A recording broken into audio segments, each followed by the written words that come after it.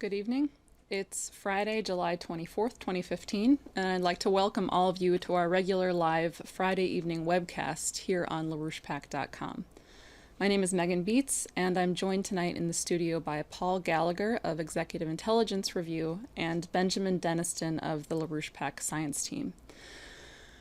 As we broadcast to you tonight, the world is moving closer and closer to the greatest danger which human civilization has ever faced, in the form of the rapid blowout collapse of the transatlantic financial system and the accompanying outbreak or threat of an outbreak of what would be a relatively brief and devastating thermonuclear war, which is now on the agenda of the British monarchy and their stooge in the American presidency, Barack Obama. However, in a series of public comments over the course of the past week, Mr. LaRouche has put great emphasis on the fact that history does not work according to simple trend lines. Only a fool would try to make a simple prediction about what is going to happen. Mr. LaRouche said that most people tend to give their opinion based on their experience, either immediate past or future experience of events. But history is not made by events. It's made by sudden interruptions, disruptions, in what are otherwise perceived by most people to be cause and effect trends. He said, "Do not look for a deductive insight into the course of history.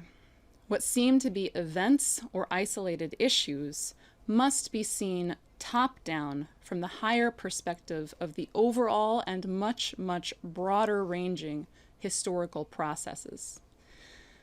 Now, in that light, this past week has brought a number of very significant developments in the ongoing strategic showdown, which make very clear the intention of the British monarchy.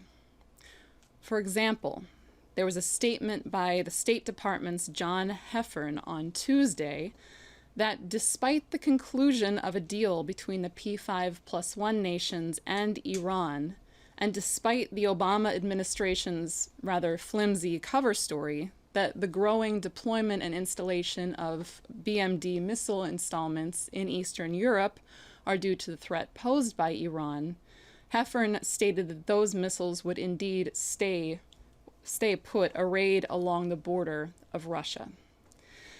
Now, along those same lines, it was also announced this week that a series of bilateral talks have begun between the United States and Russia regarding the escalating tensions in Ukraine, presumably aimed at stopping a potential blow-up.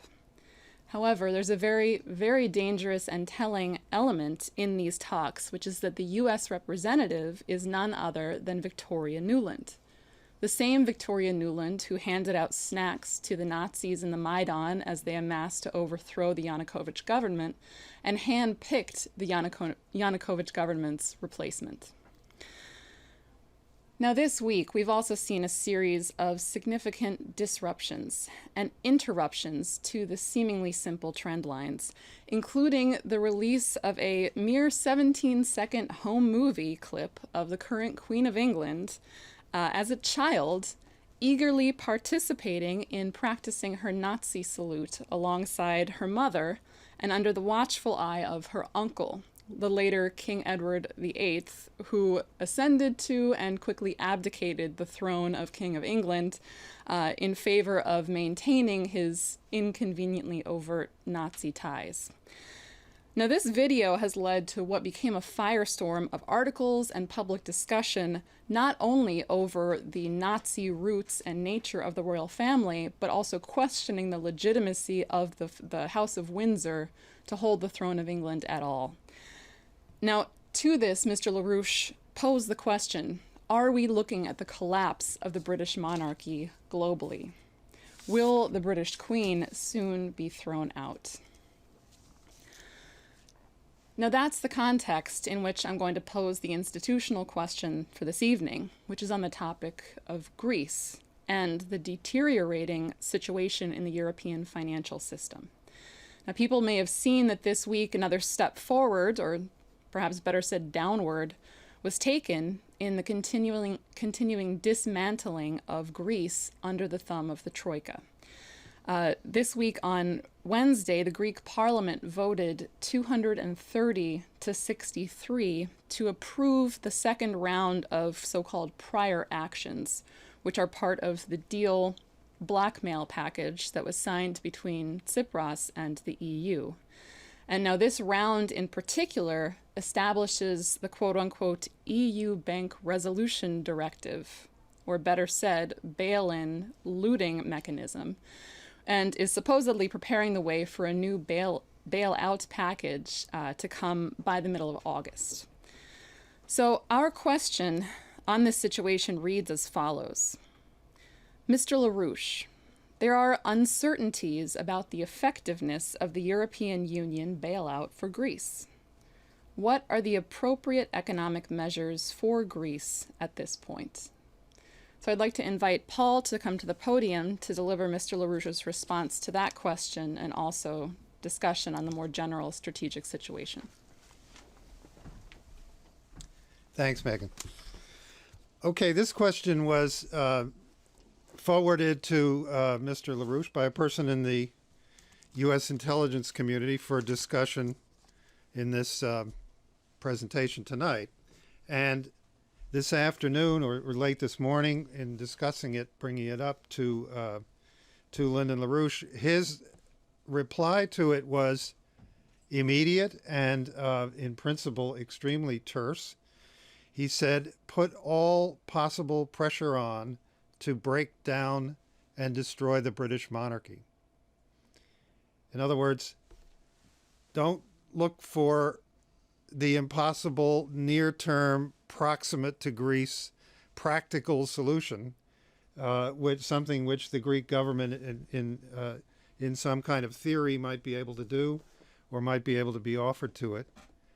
Things that might be interesting to discuss but are impossible to carry out for this government under these circumstances of having its banking system crushed and asphyxiated by the IMF, the Troika operation.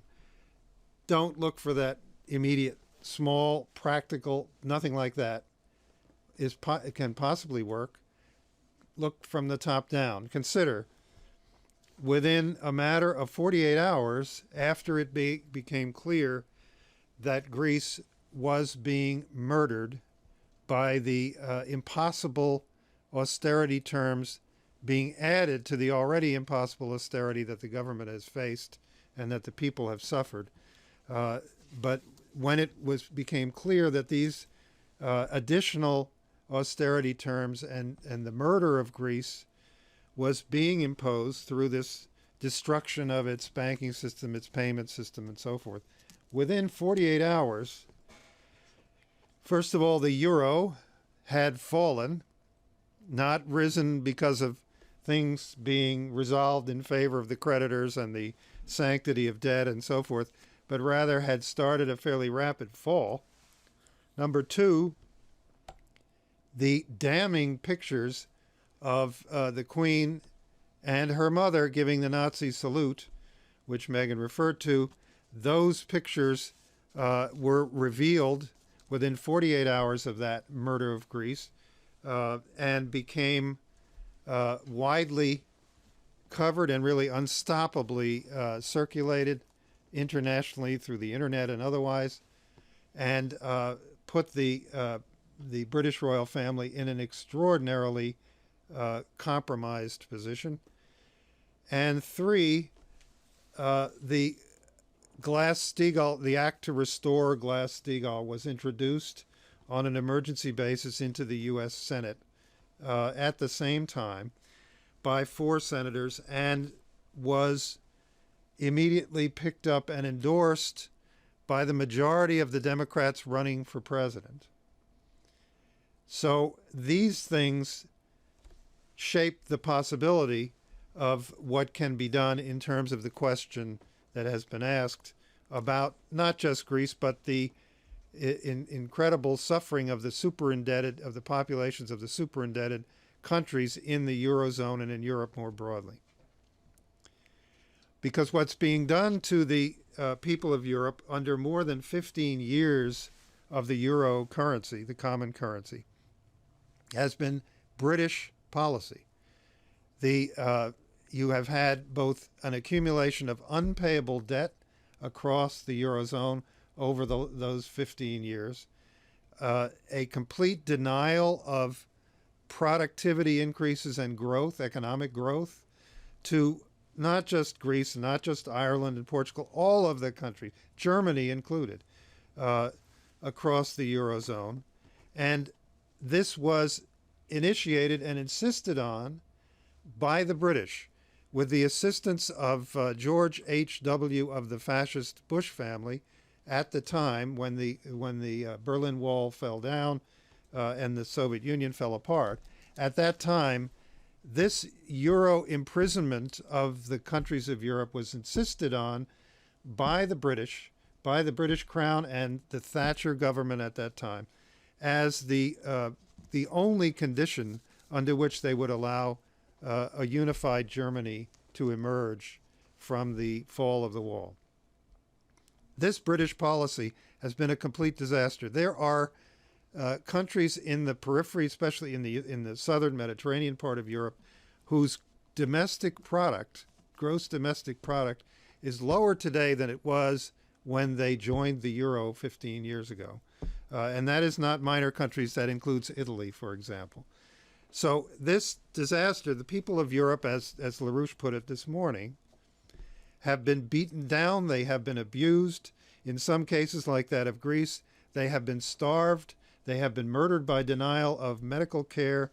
They have been put in the prison of the euro and depopulated under those circumstances. And this has been a British policy, a British Crown policy.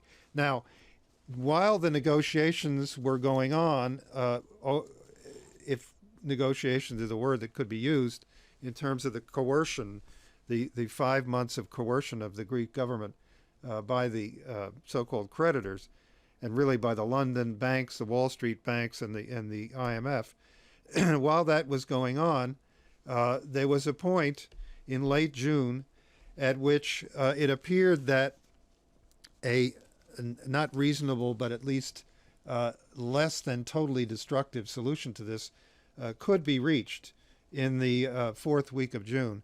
At that point, and without explanation, and both before and after no explanation, the Queen of England paid a visit, together with the Prime Minister David Cameron, paid a visit to Germany for no known reason, except perhaps to visit their their relatives in Hesse, who have been the heart of the Nazi part of the Windsor family. They did make those visits, but otherwise the visit was unexplained. It was, however, explained later by intelligence sources that the Queen and Cameron, in fact, had given orders to Angela Merkel, the Chancellor, and Wolfgang Schäuble, the Finance Minister, that suddenly resulted, after the Greek referendum, suddenly resulted in a much, much harder, ultra hard line position from the Germans, in which they demanded and organized a group of countries to demand that Greece completely capitulate, accept murderous austerity on top of austerity, despite the fact that even the IMF was more or less shouting from the rooftops that the Greek debt was unpayable no matter what, that they had to accept not only the entirety of this debt, but about $100 billion worth of new debt, bringing their debt to GDP ratio somewhere in the range of 225% to perhaps as high as 300%. And this so-called hard-line position emerged from Merkel and Schäuble immediately after the meetings they had with the Queen of England and with Cameron during that period from the 23rd to the 26th of June. So then the position became the hell with fairness, the hell with any consideration to impoverished Greece, the hell with Germany's own history in the 1950s when it received debt relief on a very large scale from its creditors, which included Greece at that time, and was able to launch the German economic miracle, the Wirtschaftswunder, and to hell with even the IMF, which was saying under no circumstances was Greeks' debt payable. This policy just became to murder Greece. As I said, and as in a discussion with Mr. LaRouche this morning, within days of that turn and that murder of Greece came out the embarrassing, to say the least, 17-second home movie from 1933 or 34 of the Queen practicing, but the Queen Mother very enthusiastically giving the Nazi salute, and became an international issue, and nowhere more so than in Britain itself. The only excuse which could be given and was given out in all the commentaries was that the Queen was only 7 years old. But this excuse had to be accompanied in almost every commentary with the acknowledgement that the entire British high nobility in the 1930s were supporters of the Nazis, so that there was really nothing particularly notable about the Queen and the Queen Mother giving the Nazi salute, or the Duke of Windsor, and now since that has happened, we've learned that on the 30th of this month there is going to be the release in Great Britain of a series of photographs of the Duke of Windsor, that is the abdicated King Henry VIII, presenting the Nazi salute to none other than Adolf Hitler himself on more than one occasion. And there is going to be a documentary film produced and distributed and aired in Britain on the same day, July 30th, called The Conspiracy to Make a King, about the attempt to make Philip, the current consort of the Queen, to make him the king, despite his clearly fascist background of his entire side of the British royal family, the intermarriage of his entire family with leading Hessians who were leading fascist officials in the Nazi government, and Prince Philip's own personal history of trying to damn the human race and wish viruses upon it and wish depopulation on it for the last 40 years. This is going to be exposed as the attempt that was made to make him king, and also the clear conspiracy that existed to arrange his marriage, and this virulently fascist side of the thing, to arrange his marriage to the current Queen Elizabeth when she was as young as 13 years old. Now, that was not all. There then, at the same time, appeared in the British Labour Party a very clear intention of the base of the Labour Party, the voters, Labour Party voters around the country, to elect as their new Labour Party leader in Commons and nationally a man named Jeremy Corbyn, who is a supporter both of debt relief for Greece. In fact, he campaigned with other members of the Commons for debt relief for Greece in this crisis. He also is a public supporter of the Glass-Steagall Act, restoring the Glass-Steagall Act, which came close in certain votes in both the House of Lords and the House of Commons in 2011 and 2012. He has what is being called in Britain a shocking wide lead over the other three candidates for Labour Party leader, and that shocking lead shows just how far this very large segment of the British population is in opposition to the clear policies of the British royal family. So what happened is that Tony Blair then was sent out 2 days ago in an extremely, for him, embarrassing, because he is cordially disliked by the British population. He is thoroughly discredited in Britain as the liar who started the Iraq War. This has been proven in parliamentary inquiries there. He is almost a persona non grata, but he is also a member of the Queen's Privy Council. He was deployed out very suddenly to make bitter, as it was described in the British press, if one looking at it would say more hysterical attacks in televised appearances against Jeremy Corbyn becoming the leader of the Labour Party, calling the MPs who nominated Corbyn morons, and generally slandering and furiously attacking anyone in the Labour Party who would consider such a vote. Yet it is occurring. The very next day, Blair reappeared to attack the Scottish National Party, which has, of course, opened a significant split or breach, which is a dagger aimed at the monarchy in itself, because the Scottish National Party is opposing the latest healthcare austerity moves from the Cameron government, and Blair called them cavemen for their opposition to this Greek-style austerity. So there is a series of very clear. There was a speech in Oxford University this morning by an English member, an Indian member of Parliament, Dr. Shashi Tharoor, who gave a blistering 15-minute denunciation of the history of the British Empire, and particularly the Churchill family, the Lords of Marlborough. Tharoor said that Britain's rise for 200 years was financed by depredation in India, and that the British Industrial Revolution was based on India's deindustrialization, and that was the mild part. Then he got tough and started describing Churchill's desire to depopulate the Indian subcontinent, and in particular to see the death of Gandhi.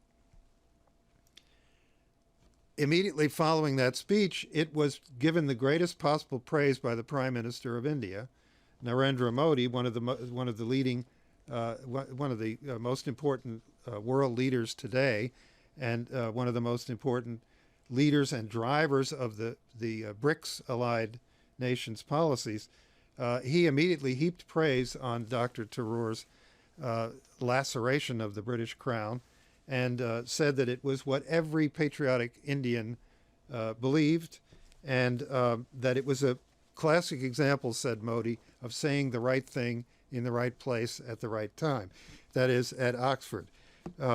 So these are elements of a situation, again, remembering that one of those developments that immediately followed the murder of Greece in late June was the introduction of Glass-Steagall on an emergency basis in the U.S. Senate under conditions where clearly a financial collapse in the Eurozone is heading for the United States and for the U.S. banking system and Wall Street. And those things, when looked at from the top down, offer the possibility that obviously there is no policy option for the Greek government right now. Greece is being murdered on the orders of London banks and the Queen and the Crown and Wall Street. But this murder is not going to make Greece's debt payable. It will default. Other super-indebted countries in the Eurozone will default. Most economists now are saying the next default will be next year, but it may come much earlier than that. And then other options will again open up for those super-indebted countries to escape from the Euro prison. But the point of Mr. LaRouche's strategy in this regard is that one has to look at the situation in the international situation as a whole, the emergence of the BRICS and the importance and power of the BRICS growth model, as opposed to the collapsing transatlantic. Look at the head of that snake of the war and financial collapse policy coming from the British monarchy, and go to crush the head of the snake. That can now be done. His estimation is that it could happen possibly within a matter of weeks. So the potential now is to push the British monarchy into collapse and thereby provide the possibility of relief for the countries of Europe as a whole.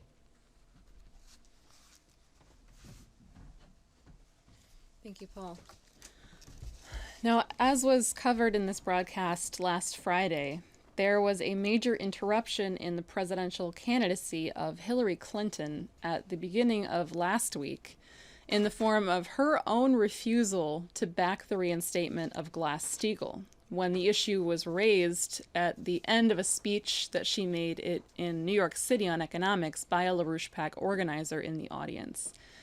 Now, Clinton followed up that fatal mistake all on her own, without the help of the LaRouche PAC, at an event earlier this week in South Carolina, when a reporter asked her at some length about Glass-Steagall. Clinton, again, refused to back the reinstatement of Glass-Steagall, and said instead that we should first, quote, fully implement Dodd-Frank, fully take stock of where the banks are today. Because remember, the banks are not the only problem. She then spouted the Obama line that it was, quote, the mortgage companies, the insurance companies, it was non-commercial banking entities who were as big, if not bigger, contributors to the collapse. Now, after Clinton's earlier speech in New York City, former Labor Secretary under Bill Clinton, Robert Reich, penned a short and very punchy and to the point article, which is now being picked up widely, entitled Hillary's Glass-Steagall Mistake. The article begins, Hillary Clinton recently noted that too many of America's major financial institutions are still too complex and too risky, and she promised to offer plans to rein in excessive risk on Wall Street. Well and good. But apparently she won't propose reinstating a bank breakup law known as the Glass-Steagall Act. This is a big mistake. It's a mistake politically because people who believe Mrs. Clinton is still too close to Wall Street will not be reassured by her position on Glass-Steagall. Many will recall that her husband led the way to repealing Glass-Steagall in 1999 at the request of the big Wall Street banks. It's a big mistake economically because the repeal of Glass-Steagall led directly to the 2008 Wall Street crash, and without it, we're in danger of another one. Now, Reich then gives a very thorough account of the chaos and corruption which ensued in the banking system in the wake of the takedown of Glass-Steagall, which he opposed while serving as Clinton's Secretary of Labor. He ends the article saying, "This is precisely what the Glass-Steagall Act was designed to prevent and did prevent for more than 6 decades, until Bill Clinton and the Republicans repealed it. Hillary Clinton, of all people, should remember." So, Paul, I'd ask if you could give us a sense of the larger context for the article by Robert Reich, and also the importance of Glass-Steagall becoming a prominent issue in the presidential campaign. Yes, well, this was a subject of a really fascinating discussion with Lyndon LaRouche this morning, and I'd like to try to give that to you because we are, as most people know, fully mobilized and are the driver for these developments in regard to Glass-Steagall. All of these developments, we have been the driver for them over the last 3-year period. And now this is really coming to the point that it is becoming the driver for many other developments, but we've got to get it passed. Now, after when Hillary Clinton was first challenged on this by our colleague Daniel Burke in New York at her speech, she said nothing at all. She maintained radio silence while he repeated the question over and over again. That was enough to get her covered all over the world, as well as getting him covered all over the world for making the challenge, getting her covered all over the world for effectively opposing Glass-Steagall.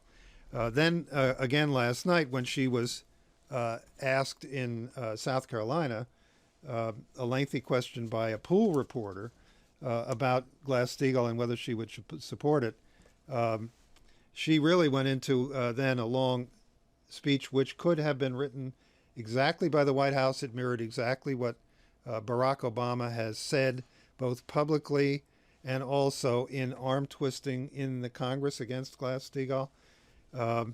It also mirrored, as our colleague Jason Ross joked this morning, it also mirrored her position on Benghazi, because essentially what she said about Glass-Steagall was, what difference would it make? And, went into the rant about insurance companies having failed and not commercial banks and so forth. So this has had an extremely dynamic effect in terms of the presidential race, and also in respect to the Congress, remembering that Glass-Steagall is something that has to be done by the Congress. But as I mentioned earlier, in the immediate aftermath of the disastrous outcome of the Greek negotiation, the murder of Greece, for the sake of debt, one of the immediate consequences was in the euro collapse, which was promised by that, was that four senators went and introduced the bill on an emergency basis into the Senate.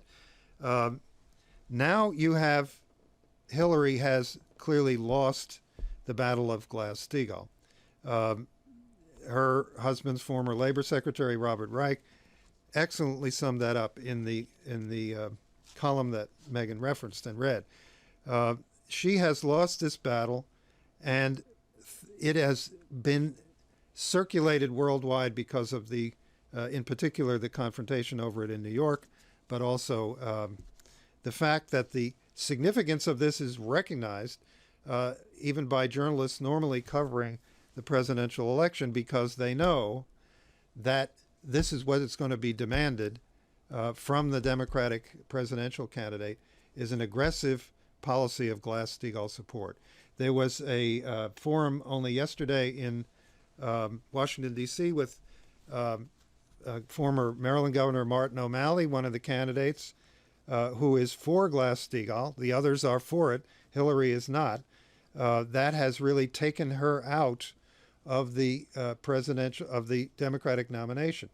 LaRouche's view was that it will take a certain amount of time for this to become apparent, but the process is already underway. She has already blown it.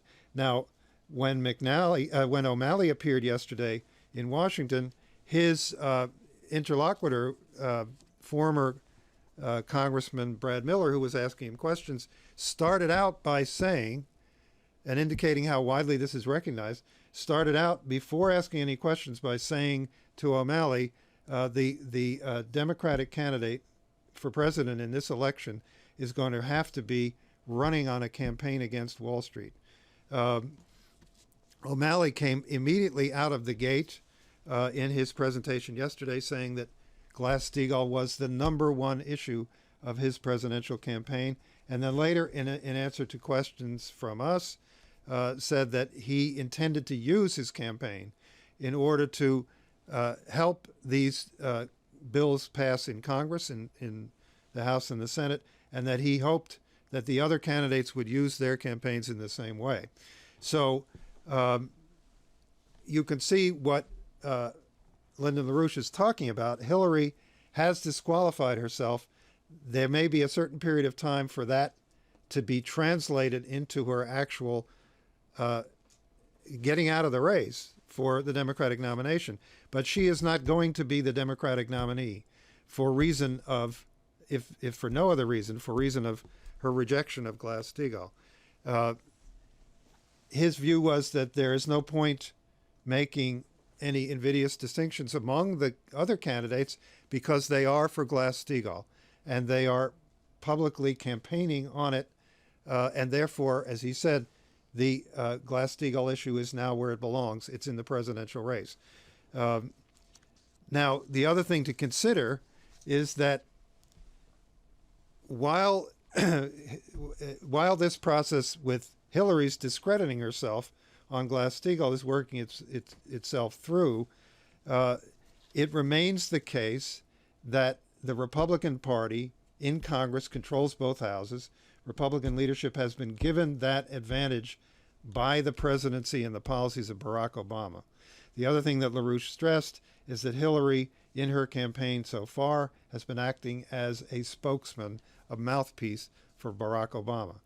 That Obama has, throughout his presidency, has built up the congressional leadership in both houses of completely incompetent, to put it mildly, GOP leaders, and has even so far given the advantage in the presidential election to what can only be described as a collection of clowns, but who, 16 of them at latest count, but who still have the advantage in the presidential campaign because of Obama and because Hillary is representing Obama. So under those circumstances, immediately, what suffices to say that the other Democratic candidates are for Glass-Steagall. The other Democratic candidates for president are campaigning for Glass-Steagall. The Congress is about to go on a recess, and many minds in the Congress may be changed during this upcoming 6-week recess by the fact that there is now the liveliest possible debate over Glass-Steagall in the presidential campaign. And once what Hillary's disqualification has become evident, then it will be time for the Republican clowns to be hung by their obvious connections to Wall Street and their commitments and their financial commitments from Wall Street, which will hang them, which can't happen until this Obama-Hillary policy has clearly been discredited and pushed out of the way. And only at that point, LaRouche said, will it make sense to be looking at the specific qualifications and comparing the specific qualifications of the other Democratic candidates for president. The critical thing now is that they are Glass-Steagall candidates. And the financial crisis now hitting in the Eurozone in particular, the financial crisis about to hit Wall Street, the commodity collapse, derivatives collapse coming out of the collapse in the oil and commodities prices, all of this is going to be feeding into this presidential campaign centered around the Glass-Steagall fight. So, as he said, the battle for Glass-Steagall is right where it needs to be at this point. It's in the fight for the presidency. As the London Eurosystem crisis proceeds, even with Congress out of session, there can be very dramatic change in this regard, and that crisis and the takeover by Glass-Steagall candidates on the Democratic side will force it.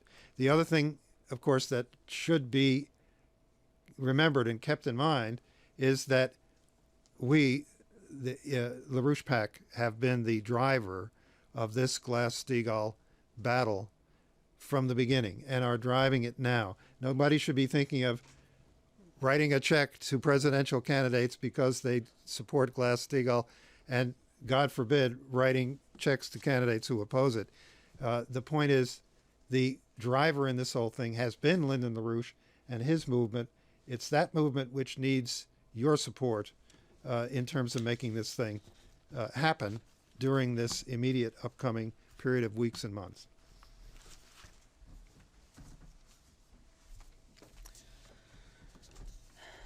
As I'm sure all of our viewers have at least heard about and hopefully seen for themselves, there's been great excitement over the past week around the long-awaited arrival of NASA's New Horizons mission in its close encounter flyby with Pluto.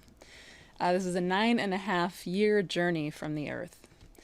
New Horizons so far has sent back the first ever high-resolution images of Pluto as a whole, and also close-up pictures of the surface of Pluto. And even these few treats that have been sent back so far have presented us with a completely unexpected picture, which challenges our basic assumptions about planetary formation and other processes in the solar system.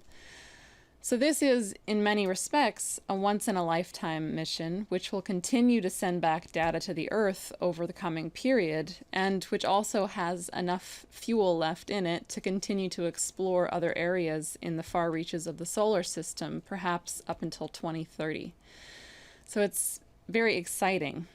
Now, in the recent July 17th issue of Executive Intelligence Review, Ben Deniston, who's in the studio here with us tonight, published a lengthy report entitled, "What is a Galactic Science Driver?"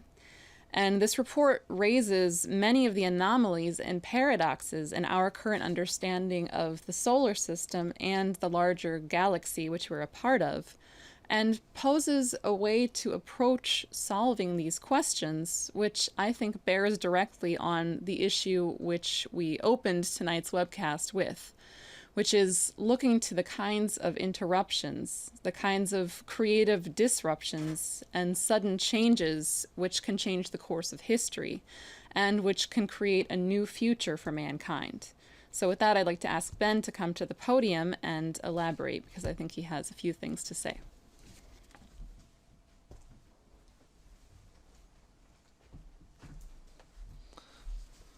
Thanks, Megan. As you mentioned, and as I'm sure most people have seen on the news on this has been a series of surprises coming from this New Horizons spacecraft. Things that just simply were not expected. There's certain beliefs, certain ideas, certain assumptions that people had about what goes on in the outskirts of our solar system. You know, Pluto's part of this very outer region, referred to as the Kuiper Belt. So it's one of many bodies out there, and it's a region we just don't understand very well. And there are certain ideas about what we'd expect to see there, what we'd expect Pluto to be like, and this blew away the expectations of even the leading scientists who have been studying these and related issues.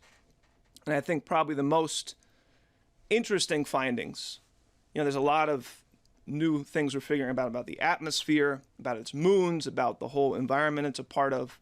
But I think one of the things that's got people really shooken up and surprised is evidence that Pluto, and potentially even its large moon, Charon, has been geologically active in the recent past. Maybe even currently, for all we know. Now, this is a big surprise because Pluto is a relatively small body. And by all accounts, from what the standard ideas are about how the internal dynamics of planetary bodies work, it shouldn't have been able to maintain the energy source internal to it to keep itself active. But we see evidence on its surface, which from our current understanding seems to indicate to the scientists that it must have been active in the recent period. A July 17th article on NASA's official New Horizons website opened with the very first sentence saying, I'm just going to read this as a quote, "In the latest data from NASA's New Horizons spacecraft, a new close-up image of Pluto reveals a vast, craterless plain that appears to be no more than 100 million years old, and is possibly still being shaped by geologic processes." So if you first hear that, you might think, well, 100 million years, that sounds old to me. But relative to the age of the solar system, which we think is somewhere on the range of 4.5 billion years old, on planetary timescales, 100 million years is relatively recently. And that's just their estimate on the maximum age. As was said, it could still be active for all we know. All we know is that it had to have been active under the current interpretations of what's being seen by the scientists. It had to have been active at least as recent as 100 million years ago, but could be still up to today. So if we can just get the second image here. We have one of the nice, I'm sure most people have already seen these probably many times. Here's one of the images of Pluto. I believe this one is a near representation of what they think the colors actually look like. Maybe not exactly correct, but close, I believe, for this particular image. And one thing people have noted is there's this very interesting heart-shaped structure facing us there. And in that heart-shaped structure is where they've seen these very smooth surfaces. If we can get the next image, the third image, we have a close-up on that. And again, we're going to be getting a lot more images as the spacecraft sends back data. But here's a close-up, high-resolution image of the southern lower region of that heart-shaped structure, where you can see this incredibly smooth surface, where you don't see impact craters. You don't see evidence of bombardment on the planetary surface. You see a smooth surface that doesn't show signs of being hit by a whole bunch of asteroids or out there Kuiper belt objects or small objects out there. We can just compare this to a few other planetary bodies we're familiar with. Go to the next image, image 4. We see our moon is completely covered everywhere with craters. Big craters, small craters, craters inside of craters. You know, it's a rough world out there. You go to the next image, image 5. Here's an image of the large asteroid in the asteroid belt Ceres, which, as we'll see, also is completely covered in craters. Just for complete, so we had our moon. That's a moon. Here's an asteroid in the asteroid belt. Again, evidence that it's just been pummeled, and nothing has been going on to cover up and reshape and smooth out the surface to eliminate these craters. Once it gets hit, they stay there. They remain a record. You see it up until today. Same with the moon. Same with Ceres. If we go to the next image, image 6, here's a nice comparison of 4 different comets. Much smaller bodies now, very small, much smaller than the moon. Still decent size compared to, if one of these were to hit the Earth, it wouldn't be very nice. But relative to the moon and these other bodies, relatively small. These comets have highly elliptical orbits. They're traveling farther into the depths of the solar system. And they too are covered in craters. So it's part of life in the solar system. You're going to be living in the solar system for these billions of years. You get a lot of these crater marks just from the processes of the collisions and impacts going on in the solar system. So it's just what we come to expect. It was expected that Pluto would be covered in the same way. The only way we would expect to not see craters would be for something to be going on which would reshape the surface. The Earth doesn't look like that because the Earth has a biosphere. We have an active, very active life process on Earth reshaping the surface of the planet. Other bodies don't have that because they have activity going on in the cores that creates volcanic activity or related seismic type activity, which reshapes the surface and works out the evidence of those impact craters. But if we go to image 7, just to look back one more time at this high resolution image of Pluto, you see this smooth surface where they haven't been able to find a single impact crater yet. And this is down to a resolution of something like 1 kilometer resolution. So this is a pretty good resolution image, and they don't see anything. So this leads us to conclude either Pluto has a very, very good asteroid defense system and has been able to defend itself against incoming bodies, which probably isn't the case, or there's some type of internal activity going on inside of Pluto that's causing it to reshape, smooth out its surface, and create these smooth formations anew, replacing what we'd expect otherwise for the cratered surface. So I'm going to return to this NASA article from July 17th, again from their official website for the New Horizons mission. And they quoted the leader of the New Horizons Geology, geophysics and imaging team. So the person who's in charge of the team working with the imaging instruments for studying specifically this type of activity, geology, geophysics on Pluto.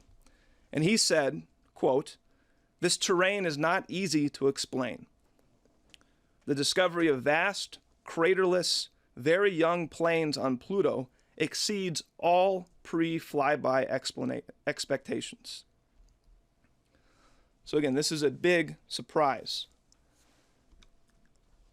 As far as I've seen, there is no really even theory out there to explain how Pluto could maintain the internal activity needed to keep itself geologically active, to keep potentially heat activity going on in its core, to cause it to drive and fuel geological processes to cause this type of activity.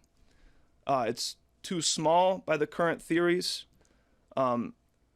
It's not orbiting any other large bodies, which is a theory for how some other small bodies maintain certain amounts of geophysical activity. Pluto's out on its own. Its moon isn't strong enough to drive this type of activity in its core, plus they're locked together in a way that would prevent this from happening. So this is a rather fascinating anomaly. This is a complete surprise. No one expected this. But the indications indicate, for some reason we don't understand, that we can't explain currently, that wasn't predicted at all. It appears that Pluto has some type of activity going on in its core, making it more of a living planet as opposed to a cold, dead rock remaining unchanged for the past 4.5 billion years. So I just want to take a couple minutes and just, there's no answers for this yet. It's a fascinating surprise. Really puts into question a lot of what we think we know about planetary formation, planetary activity, geophysical activity. But I don't want to just look at this from the standpoint of some of what we published in this recent report towards a galactic science driver, which Megan mentioned, which was published in the July 17th edition of Executive Intelligence Review magazine. And the basic thesis of that report, working off of the stuff we've been doing with Mr. LaRouche in our scientific program, the basic thesis of that report is looking at pursuing this galactic principle. What is this subsuming galactic system which contains, not just contains, subsumes and encompasses our solar system as a lower order process? What is this higher order galactic process which encapsulates and was the process from which the solar system was created and is the process which governs the activity in the solar system now? What is this galactic system? Not just a description of it in terms of measurements and objects and where we measure what where, but what is the principle? What's the principle governing the process of the galaxy as a unified harmonic system, say the way Kepler was able to understand the solar system? Now, this particular report was kind of prompted as a continuation off of the work we've been doing on the water crisis and how insights into the role of the galactic system on the Earth's water cycle give mankind this higher ability to manage the global water system. Because it is these galactic processes which govern key characteristics and features about how water behaves on Earth. As an indication that these Earth-based processes are not determined by Earth, but they're expressions of these larger galactic influences. Well, here we took this water example, as just one case study, one example, and we pursued the broader question. What is the galactic system in an even broader sense, as this example of the water issue is just one expression?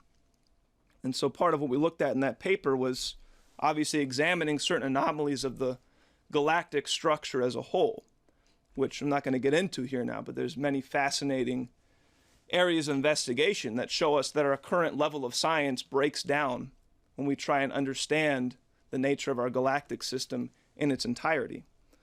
But the other area we focused a lot on in this report, which I think gives an interesting insight, no answers necessarily, but interesting insight into this new Pluto surprise, is the idea of studying the activity of our solar system and the history of our solar system and the history of different bodies on our solar system as kind of a record keeper or an indication of what our galaxy is from the standpoint of what it does to processes on Earth or on the solar system as a whole. We have a lot of records on Earth indicating that various activities, be them evolutionary processes, the evolution of life, be them processes of climate change, the changes of the Earth's climate, or even potentially geophysical processes, which appear to correlate and line up with changing relationships of our solar system to the galaxy. These are very provocative indications, and it just shows us we have a lot more work to do to understand these things. And part of what we put out in this report is that one of the most important things we could be doing is looking for comparisons between different planetary bodies to try and see when different aspects of our solar system seem to develop and change and respond in coordination to some higher process, some higher principle. So we have certain records on Earth. We want to develop similar records for the moon, for Mars, for different comets and asteroids, to get a sense of how are different aspects of the whole system changing as we can trace back our solar system's changing relation to the galactic system as a whole. Now that led to some interesting work. In particular, another surprise had come up in November of last year, or October last year, October 2014, where leading scientists were also surprised to find that the moon, our own moon, had been geologically active much more recently than we'd expected. It was commonly believed by the scientific community, the people studying these things, that they thought the moon had not been geologically active for at least 1 billion years. 1 billion and a half years or longer. They think whatever would have sustained geological activity in the core of the moon must have petered out, must have died off, must have cooled down and solidified by at least 1 billion years ago, if not more. So that was what people had thought for decades. It was only recently that people had reanalyzed some of the high-resolution images we have of the moon, and they've found evidence indicating that the moon had been volcanically active within the last 100 million years. So again, a complete surprise, was not expected, but they found evidence that the moon had been active volcanically in multiple locations around the surface of the moon for the past, within the past 100 million years. And they were able to actually get date estimates, age estimates, for how old the 3 most recent lunar volcanic events were, which we'll get to in just one second. So based on the thesis of what we've been doing in pursuit of this galactic principle, we thought, well, why not compare the time periods of these 3 most recent dated lunar volcanic events from the moon and compare them to potentially similar periods of volcanic activity on Earth. And there are records of periods when the Earth hasn't just become volcanically active, because it's volcanically active all the time, but you have certain periods when you get immense volcanic activity, immense lava flows. Well, sections of the Earth will kind of just open up and huge amounts of lava will flow out. These are not regular occurrences. This is not just a volcano that goes off every couple of years or something. These are massive events that only happen, every tens of millions of years. Sometimes referred to as flood basalt events, because you just have this flooding of lava, volcanic activity onto the surface of the Earth. So if we can get the next image, the last image, 8.